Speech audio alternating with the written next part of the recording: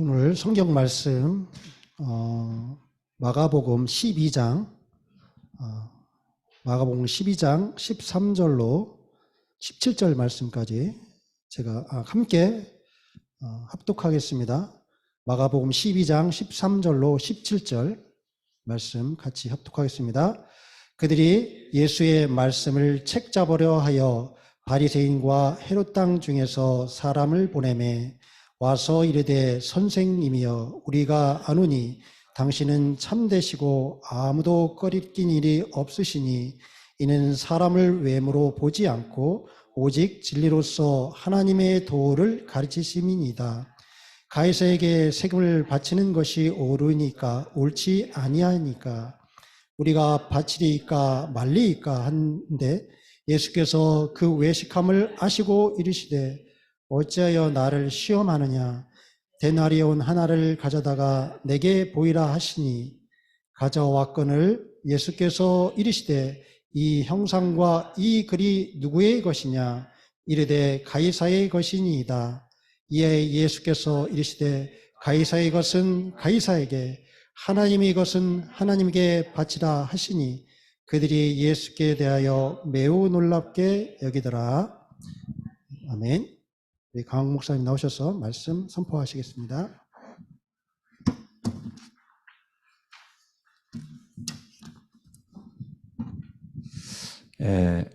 오늘 말씀의 제목은 예수님을 안다는 것입니다.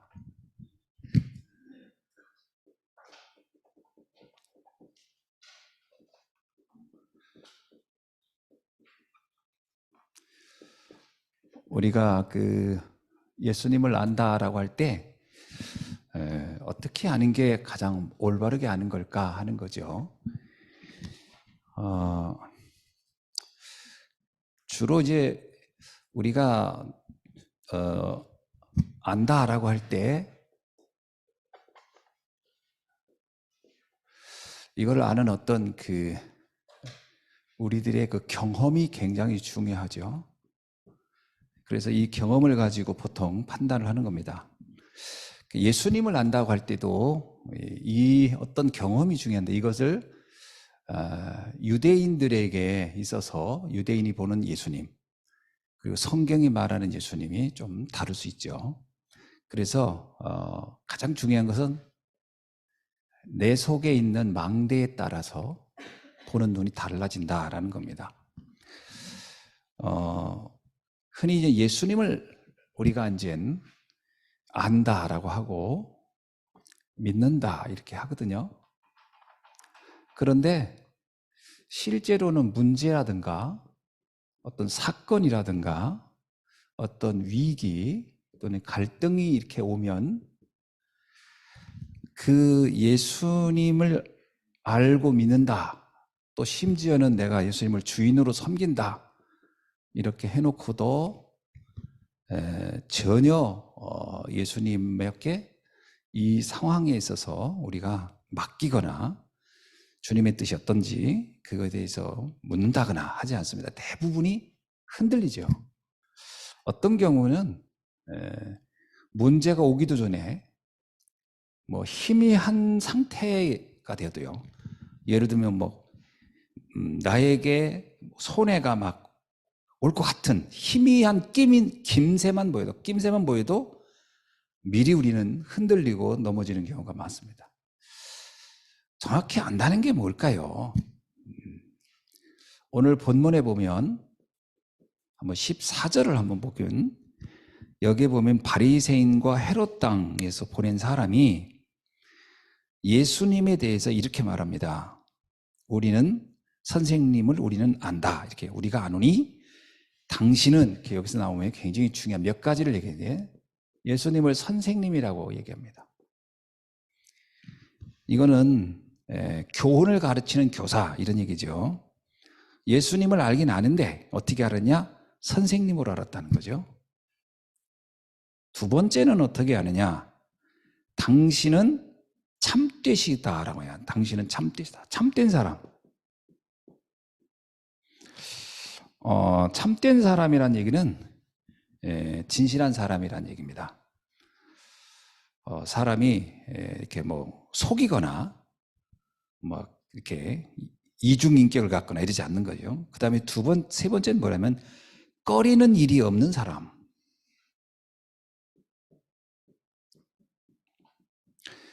쉽게 말하면 양심적인 사람이란 얘기죠. 참된 사람은 이게 아주 진실된 사람이란 얘기죠. 네 번째는 뭐라고 얘기하냐면 사람을 외모로 보지 않는 분, 이렇게 나옵니다. 사람을 외모로 판단하지 않는다는 거죠. 쉽게 말하면 차별하지 않는다. 뭐 죄인이든 의인이든 뭐 직업에 따라서 그 사람의 뭐 잘 살든 못 살든 여자든 아이들이든 남자든 차별을 하지 않고 그냥 모든 사람들을 아주 동등하게 대우한다. 인격적으로 대우한다. 이런 얘기입니다. 자, 이 얘기를 보면은 한마디로 말하면 예수님은 흠잡을 데가 없는 훌륭한 분이다라는 얘기죠. 훌륭한 분으로 본 겁니다. 흠잡을 데가 없어요. 자, 근데 그럼 이 사람들이 예수님을 존경을 하거나 예수님을 따르거나 그렇게 해야 되잖아요. 근데 그게 아닙니다.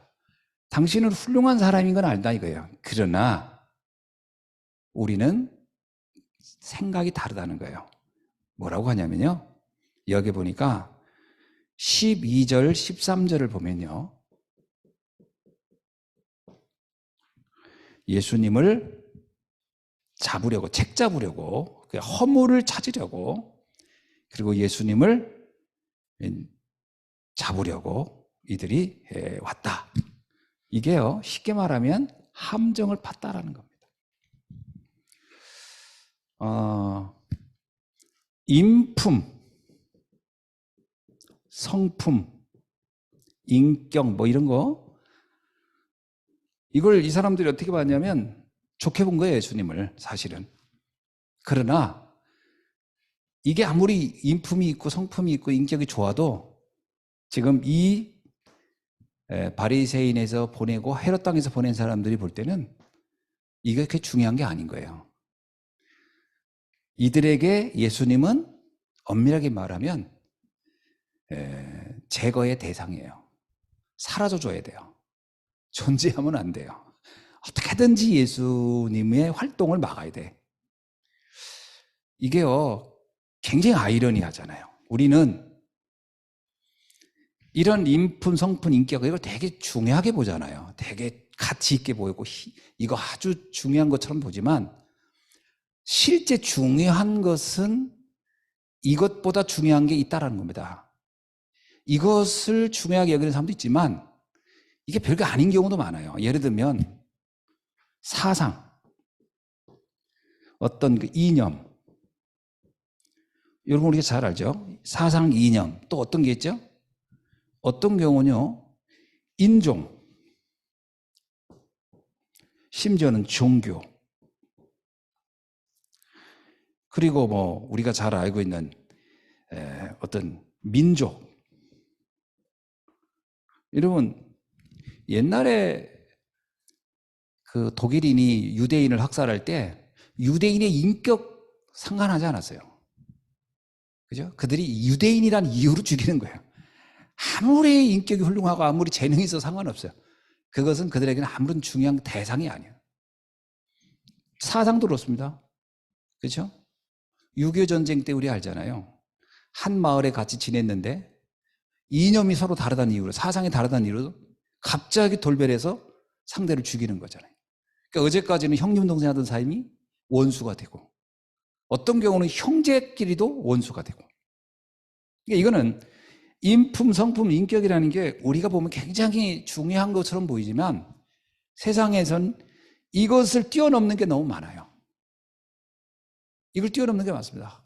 그러니까 우리도 자꾸 신앙의 그 본질을 찾지 못하면은 우리도 어떤 면에서는 이게 되게 중요하다고 생각하거든요. 교회 다니면서 시험 드는 사람, 상처받는 사람, 갈등하는 사람 대부분 이 얘기를 하고 있거든요.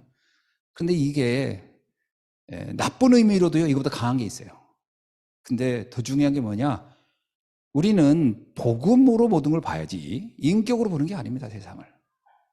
지금 여기 있는 이 사람들도 예수님의 인품, 성품, 인격을 인정해요. 훌륭한 사람이라는 거예요. 그러나 그게 지금 자기들에겐 중요한 게 아니라는 거예요, 사실은. 그것도 그냥 뭐 쉽게 말하면 이제 함정에 빠뜨리기 위해서 그냥 하는 얘기예요. 자, 예를 들어서 사람들이 보통 이익과 손해 앞에 어떻습니까?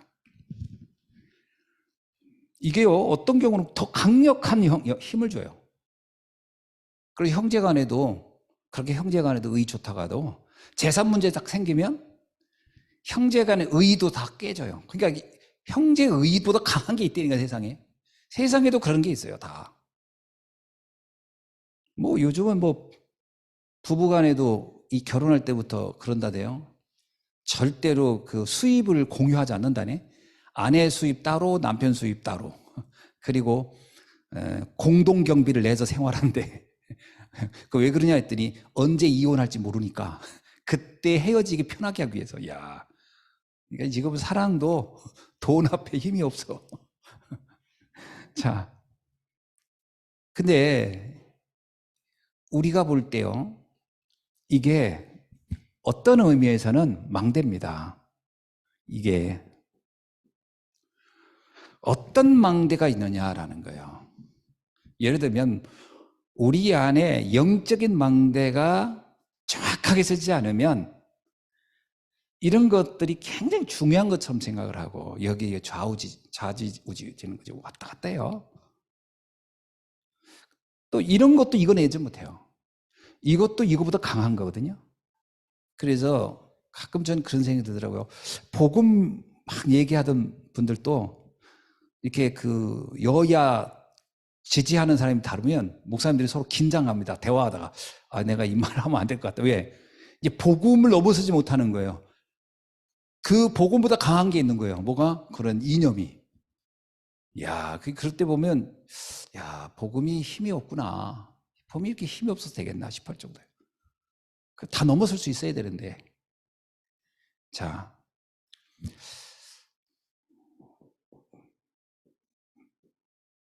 이것 때문에 결국은 그리스도가 안 보이는 거예요. 이런 망대 때문에 성경이 말하는 진정한 그리스도가 안 보이는 거예요. 예수님을 어떻게 봤어요? 전부 다 외적인 조건으로만 봤잖아요. 지금 이 유대인들입니다. 다 이 유대인들은 예수님을 선생님, 참된 사람, 꺼리낀 일이 없는 사람, 외모 차별하지 않는 사람, 다 좋은 말이잖아요. 그러나 이들은 정확한 그리스도를 보지 못한 거죠. 유대인에게 있었던 망대는 어떤 망대가 있었을까 하는 겁니다. 이게 유대인의 망대입니다. 첫째로 그들에게는 강력한 국가, 이게 굉장히 강력한 망대였어요.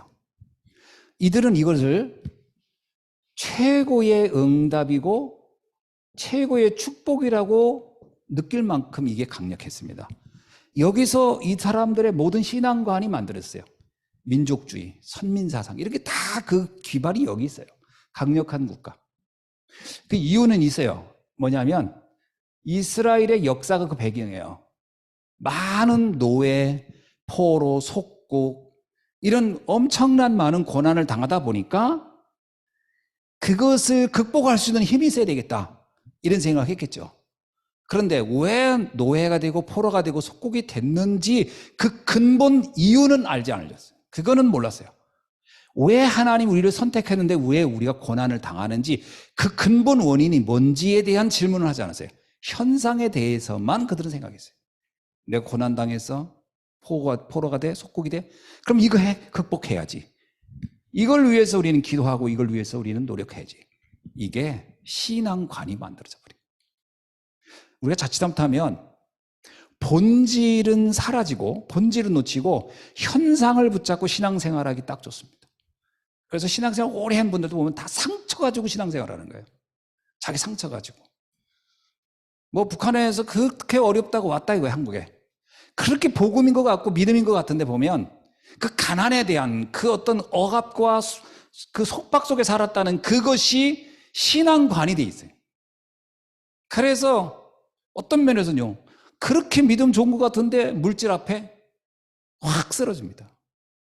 그렇게 믿음이 좋은 것 같은데 조금만 무슨 자기한테 불편한 얘기를 하거나 뭔가 자기를 이렇게 제재하는 것 같고 뭐 하면 확 거부하고 튀어버려요. 왜 그러죠? 이게 망대가, 유대인이 만들어진 망대가 거의 이게 상처에 근거한 망대이기 때문에 그렇습니다. 이 상처에 의한 망대는 아주 강력한 망대예요. 그러니까 오늘 본문에 보면 헤롯 땅이라고 하는 게 나와요. 헤롯 땅. 이게 헤롯 땅이 왜 헤롯 땅이냐면요, 헤롯이 원래 유대인이 아닙니다. 헤롯은 이두메 사람, 요르단 사람이 이스라엘에 와서 로마에 의해서 왕이 된 사람이에요. 그러면 유대인에게는 헤롯은 사실은 민족적으로 말하면 반대해야 할 사람이에요. 그런데 헤롯이 아주 강력한 군주였단 말이에요. 그러니까 이스라엘 백성은 강한 사람이면은 오케이, 힘 있는 사람이면 오케이. 그래서 우리는 헤롯을 난 지지한다. 그래서 유대인 중에 헤롯을 지지하는 사람들이 있었어요. 헤롯을 자기들이 볼 때는 아주 모델적인 인물, 성공적으로 저게 축복이야. 그래, 저렇게 응답받아야 돼. 이렇게 생각했단 말이죠. 그건 뭐냐? 하나님이 원하는 뜻이 뭐냐? 이런 건 그게 아니에요. 아, 이 사람 성공해서 돈 많아? 능력 있어? 권력 있어? 그러면 우리 편. 이게 헤롯 땅에 만들어진 배경입니다. 이게 유대인들이 이 강력한 국가가 아니라는 게 이런 헤롯 땅을 만들 만큼. 출애굽기가 묘하게 돼요.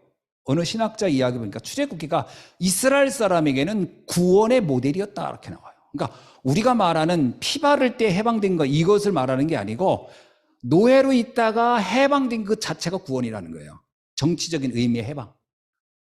그래서 뭐냐면 우리는 언제든지 강한 나라를 만들고 이거를 막 해방돼야 되고, 그러니까 모세를 왜 이렇게 좋아했냐면 모세가 바로 그 해방의 지도자였다는 거예요. 그래서 메시아관 속에서는 모세 같은 지도자를 동경했다. 그런 지도자가 나오기를 바랬다. 그것은 언약을 준 사람, 하나님의 말씀의 전달자, 이런 개념이 모세가 아니에요. 정치적으로 해석한 겁니다. 그러니까 여기서 메시아관도 철저하게 정치적이에요. 우리가 잘 알고 있듯이 요한복음 6장 15절에 보면은 이런 얘기가 나오거든요. 예수께서 그들이 와서 자기를 억지로 붙들어 임금으로 삼으려는 줄 아시고 다시 혼자 산으로 떠나가시니라. 예수님을요, 임금으로 만들려고 했다라는 게 나와요. 근데 이때 임금이 어떤 거예요? 정치적인 임금입니다. 우리가 말하는 왕, 제사장, 선지자 그 왕이 아니고. 왜 그러냐면 이때가 언제냐면 오병이어 기적 사건 직후였어요. 이스라엘 사람들이 뭐냐, 와, 이 정도 대단한 능력이 있다면, 이런 사람이 우리 지도자가 된다면 우리는 뭔가 강한 나라를 만들 수 있을 거야. 이게 메시아관이죠. 이런 망대가 있다라는 거예요. 자칫 잘못하면 우리 안에도 나의 그 상처에 근거한 망대가 만들어져 있다면 올바른 복음이 잘 깨달아지지 않을 수 있다. 그러니까 유대인들이 그렇게 말씀 듣고 그렇게 성경에 대한 연구도 많이 했는데 왜 이들은 그리스도를 이해를 못했을까? 이 견고한 망대가 있어서 그렇습니다. 심지어는 예수님을 직접 만나서 따라다니고 보고 목격했음에도 불구하고 못 알아들었어요. 그래서 예수님이 뭐라고 하냐면 마태복음 13장 13절에서 보고도 보지 못하고 들어도 듣지 못하고 깨닫지를 못하는구나. 왜 그렇죠? 틀린 망대가 있었기 때문에. 두 번째는 이 사람들의 이런 망대 때문에 예수님이 말씀하시는 이 말씀하고는 근본적으로 맞지가 않는 거예요. 예수님의 구원관, 예수님의 축복관, 이게 너무 안 맞는 거예요, 이 사람들하고는. 구원관이 뭐죠? 마태복음 1장 21절에서 이렇게 얘기합니다. 아들을 낳으니 그 이름을 예수라 하라. 이는 그가 자기 백성을 그의 죄에서 구원할 자이심이라. 원죄에서의 구원이거든요. 예수님이 또 뭐라고 얘기하냐면 마태복음 5장에서는 이렇게 얘기합니다. 마태복음 5장 3절로 4절에 보면 심령이 가난한 자가 복이 있고 애통하는 자가 복이 있다. 이 축복관이 너무 안 맞는 거예요. 구원관도 안 맞고 축복관도 안 맞고 누구하고요? 유대인들의 거예요. 너무 안 맞는 거예요. 우리가 자칫 잘못하면 신앙생활 하면서도 자꾸 이럴 수가 있어요. 아, 근데 왜 내가 생각하는 신앙관하고 왜 성경이하고 안 맞을까? 그러면 자꾸 나의 생각을 맞추려고 그래요. 아닙니다. 갈라디아 2장 20절이죠. 나를 내려놓고 주님의 말씀에 나를 맞춰야 되거든요. 근데 이게 잘 안 돼요. 자기 생각을 못 내려놔요. 왜냐하면 자기 생각이 어떠냐면 이미 여기에 강력한 망대가 있었기 때문에 모든 걸 그 눈으로 보려고 하기 때문에 안 바뀌는 거예요, 이게. 도리어 말씀을 바꾸고 싶은 거죠. 말씀을 나한테 맞추려고 해요. 그러니까 말씀을 선별적으로 보는 거예요. 내게 유익한 거. 내 생각에 합당한, 내 생각을 지지할 만한 성경 구절은 없나? 예수님이 혹시 내 생각을 지지해서 할 수 있는, 하신 말씀은 없을까? 그러니까 성경을 그렇게 보는 거죠. 그러니까 한마디로 말하면 유대인의 망대는 어떤 망대냐? 철저한 육신적인 망대였다. 육신적인 망대였습니다. 사도행전 23장 8절을 한번 볼게요. 사도행전 23장 8절에 보면 뭐라고 써있냐면 이렇게 써있거든요. 사두개인들은 부활도 없고 천사도 없고 영도 없다 하는구나. 그렇습니다. 이스라엘 백성들을 지도했던 그 영적 지도자라고 할 수 있는 사두개인. 그 사두개인들 가운데서는 제사장들이 거의 대부분 나왔고요. 사두개인들은 대부분 그 산헤드린 공의회를 이들이 거의 대부분 맡았어요. 그러니까 이스라엘의 거의 지도자, 이스라엘의 그 어떤 리더급인 사람들이에요. 근데 이들이 영적인 거에 대해서는 전혀 믿지 않았다. 너무 아이러니하잖아요. 그들이 대부분 제사장직을 맡았다니까요. 사도개인이란 말이 사독이라고 하는 사울왕 시대의 제사장인 사독 계열의 사람들이거든요. 그때부터 나온 그 유파거든요. 그러니까 제사장을 이들이 거의 다 독점했는데 어떻게 이들은 부활도 믿지 않고 천사도 믿지 않고 영도 믿지 않았다 이렇게 나오거든요. 그 예수님이 볼 때 그걸 딱 지적한 거거든요. 왜 그랬죠? 사실은 영적인 거라고 말하지만 영적인 게 아니라 육신적인 것을 위하여 영적인 도구를 사용했을 뿐이에요. 예를 들면 신비주의가 그렇잖아요. 신비주의는 사실은 굉장히 신비적인 게 영적인 것 같지만 아닌 그렇습니다. 육신적인 이익을 얻기 위해서 신비적인 걸 동원하는 거예요. 그래서 이 신비주의를 잘못하면 되게 영적인 거라고 생각하지만 신비주의는 그 본질은 굉장히 육신적인 걸 위해서 신비한 수단을 도용하는 것 뿐입니다.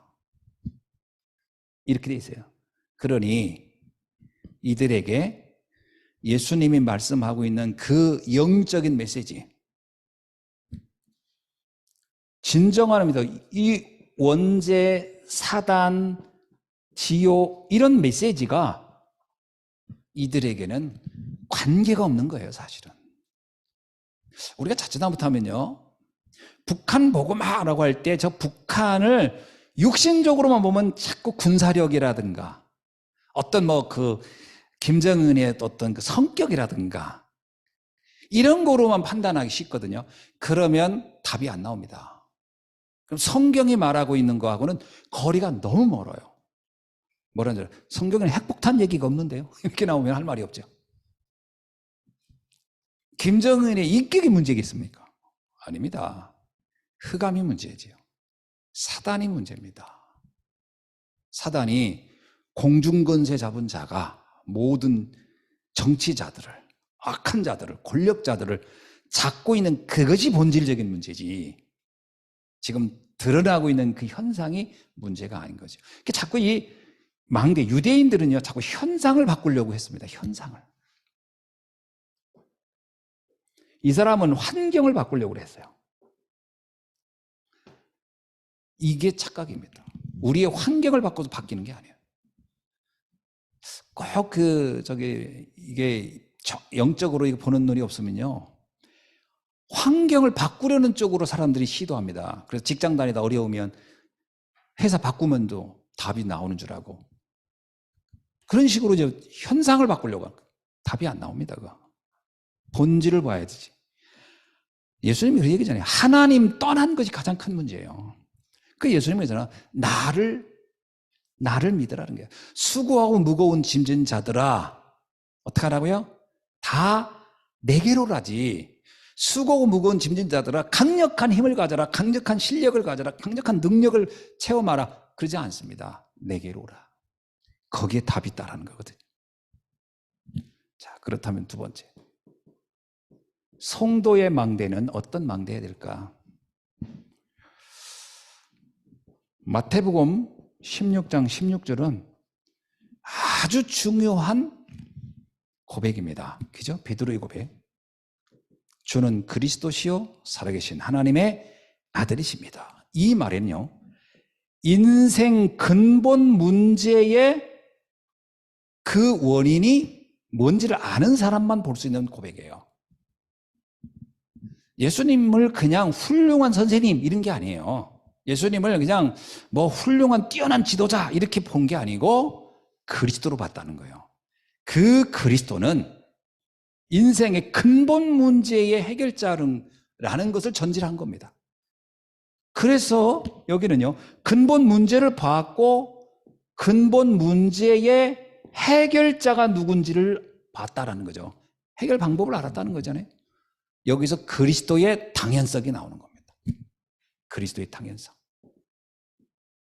그리스도가 아니면 안 되는 것이다. 근데 그분이 바로 예수님이라고 한 거죠. 이게 얼마나 놀라운 일입니까? 예수님을 어떻게 보느냐. 지금 유대인들은 거의 껍데기만 봤고, 그리고 그들은 사실은 예수님에 대해서 관심도 없었고, 그들은 철저하게 육신적으로, 그들은 사회적으로, 정치적으로, 경제적으로 뭔가 현상을 바꾸는 것으로 세상을 구원하거나 세상에 축복을 누리려고 했던 사람들이죠. 그러나 성경은 그렇게 말하지 않습니다. 그거는 절대 안 된다는 거예요. 예수님의 세 가지 사역은 어떤 겁니까? 첫째는 예수님이 오셔서 한 일은 우리가 너무 잘 알죠. 원죄를 해결한 제사장입니다. 참 제사장. 사단의 권세를 깨트리는 참 왕으로 오셨고, 우리에게 하나님 만나는 길 되시는 참 선지자 일을 하러 오신 분이라는 거죠. 바로 이것을 베드로가 고백한 거죠. 그래서 예수님이 그리스도인 이유는 몇 가지가 있는데 그 중에 6가지를 우리가 정확하게 언약으로 잡아야 됩니다. 뭐냐면 영세전 그리스도입니다. 영세전이 이미 예언된 그분이에요. 두 번째는 성육하신 그리스도예요.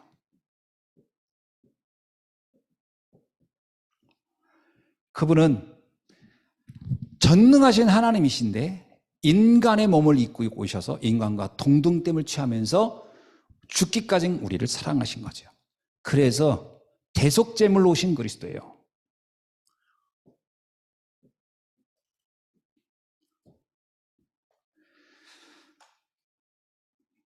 네 번째는 부활하신 그리스도입니다. 그분은 사망 권세를 완전히 깨트리시고 영원한 삶을 사시는 분임을 보여준 거죠. 그리고 그분은 재림주로 오신 그리스도고 여섯 번째는요, 심판주로 오신 그리스도입니다. 이게 바로 우리가 예수를 그리스도로 고백할 때 그 예수님은 바로 이 여섯 가지의 이 비밀, 영적 비밀, 하나님의 말씀의 비밀을 성취하러 오신 분이시다. 그 분이시다라는 거죠. 자, 세 번째는 뭐냐면 많은 사람들이 지금 착각하고 있는 망대입니다.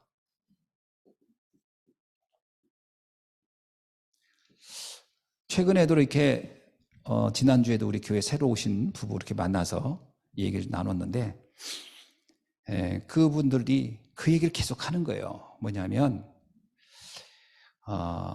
계속 이 문제 가지고 얘기하는 거예요. 인품, 성품, 인격이에요. 교회 다닐 때 자기 그 목사님 너무 이상했다. 그래서 신앙생활을 그때 그만두기로 했다. 그런 거예요. 신방 갔는데 신방 얘기 들었죠? 신방 갔는데 그 구역장이 목사님 옆에 앉아서 자꾸 이러더라는 거지. 이게 뭔가 했더니 오늘 신방 헌금 30만 원 내라고 사인을 이렇게 주더라는 거예요. 난 그 얘기 듣고서 처음 알았어. 이게 야구 선수들 그 사인하는 것 줄 알았더니 신방할 때 헌금 사인이 이렇게 하더라고. 참. 그 얘기 듣고 자기가 너무 충격받아서 교회를 다니기를 그만뒀다 이러더라고요. 틀린 망대가 정말 많은데요. 가장 많이 오해하는 게 뭐냐면 구원 얻는 방법에 대해서.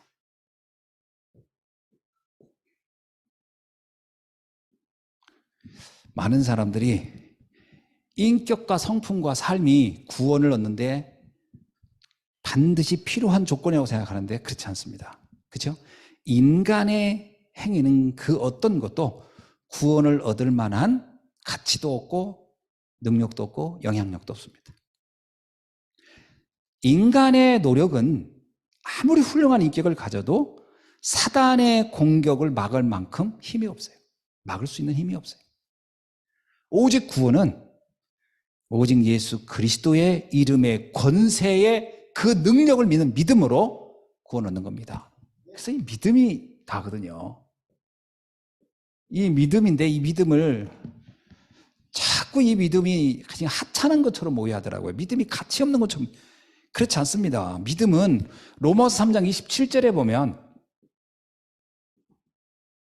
믿음은 하나님이 정한 구원의 방법인 법입니다. 그래서 이걸 뭐라고 나오냐면 믿음의 법이라고 했어요. 이건 법적인 겁니다. 이거는 하나님의 법으로 구원 얻는 거예요. 그러니까 내가 예수를 그리스도로 믿으면 그 자체가 법이 가동되는 거예요. 이제 법에 의해서 이제 판단되는 거예요. 어떻게 해요? 구원 얻는 자로. 그래서 베드로서 1장 9절 뭐라고 나오죠? 믿음이 곧 영혼 구원을 받음이라. 두 번째 우리가 가장 많이 오해하는 틀린 망대 중에 하나가 뭐냐면 신앙생활에 대한 오해입니다.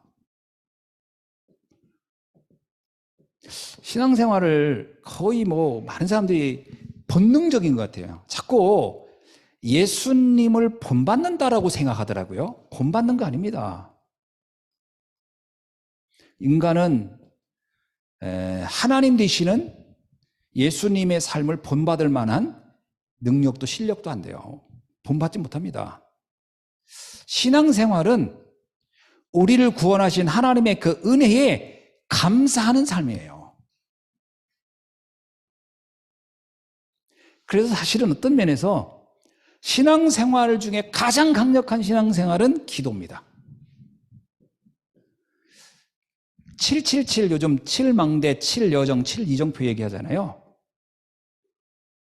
이거를 기도하라 그러잖아요.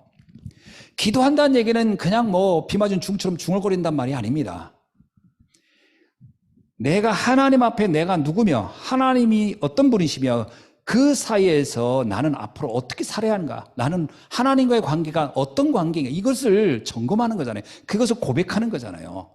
성삼위 하나님이 내 안에, 그리고 내 안에 보좌의 능력이 삼시대의 축복 속에 있는 나, 오력의 능력이 우주시대, 다시 말하면 공중권세를 잡은 자를 결박할 수 있는 그 하나님의 보좌의 능력을 인정하는 것이고요. 그리고 나의 인생의 CBDIP를 하나님 앞에서 고백하는 거잖아요. 발견하는 거. 그리고 또 우리가 세 가지 뜰을 나를 통해 하나님이 하실 거라는 걸 믿는 거고, 사실 이거는요 어떤 노력이 아닙니다. 기도입니다. 사실 정확히 말하면 여정도 마찬가지고 이정표도 마찬가지죠. 자, 그렇다면 기도 중에서 가장 중요한 기도가 예배입니다. 예배. 제가 볼 때는 예배를 드릴 때 어떤 지식을 얻기 위해서가 아니고 그 예배를 드리는 순간에 하나님과 나의 관계, 그렇죠? 하나님의 구원에 대한 감사를 가지고 하나님을 경배하는 그 자세와 그 상태를 말하는 거죠. 세 번째 가장 많은 오해가 뭐냐면 헌신입니다. 헌신. 복을 받으려고 헌신하는 게 아니고 이미 최고의 복을 받은, 이미 구원이라는 최고의 복을 받은 내가 하나님 앞에 감사하는 겁니다. 그렇죠? 그래서 저는 이 헌신 중에 최고의 헌신이 뭐냐면 237 5천 종족을 향한 헌신이에요. 우리의 모든 헌금하는 이유가 뭘까요? 이 복음, 나를 구원하신 이 복음이 사라지지 않도록, 그래서 이 복음을 전하는 교회가 유지돼야 되니까, 이 복음을 전하는 전도자가 이 복음을 계속 전해야 되니까, 그래서 전도자도 없는 거죠. 그래서 이 복음이 어디까지요? 237 5천 종족까지. 우리에게는 저 북한 복음화 될 때까지. 그래서 우리가 헌신하는 이유는 저 북한 복음화까지 보는 겁니다. 2,500만이 살아나는 그날을 위하여. 근데 그 우리의 노력의 결과가 아니고 하나님이 하실 겁니다. 우리들의 중심을 가지고. 하나님의 절대 계획은 변하지 않으니까요. 자, 말씀을 맺습니다. 결론입니다.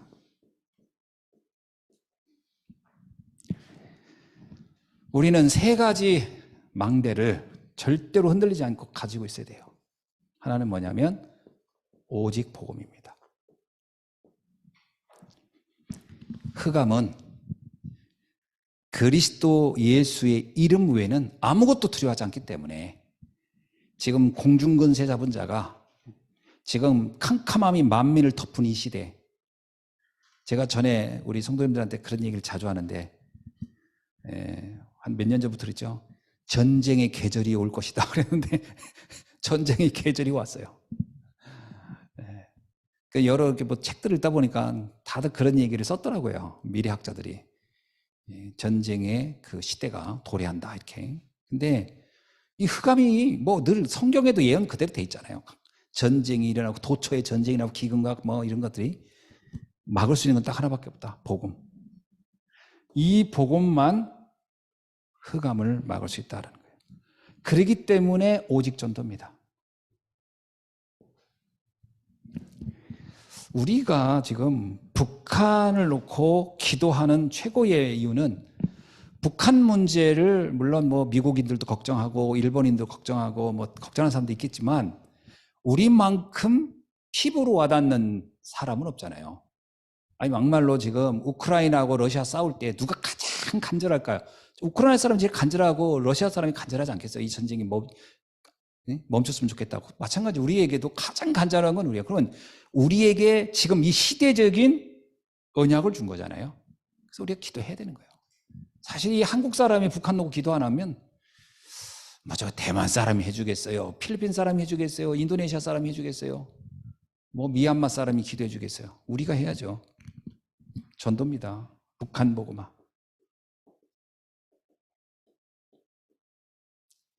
그죠? 복음이 오직이기 때문에 이 복음이 들어가야 돼요. 복음이 전해져요. 하나님 나라가 임해야 돼요.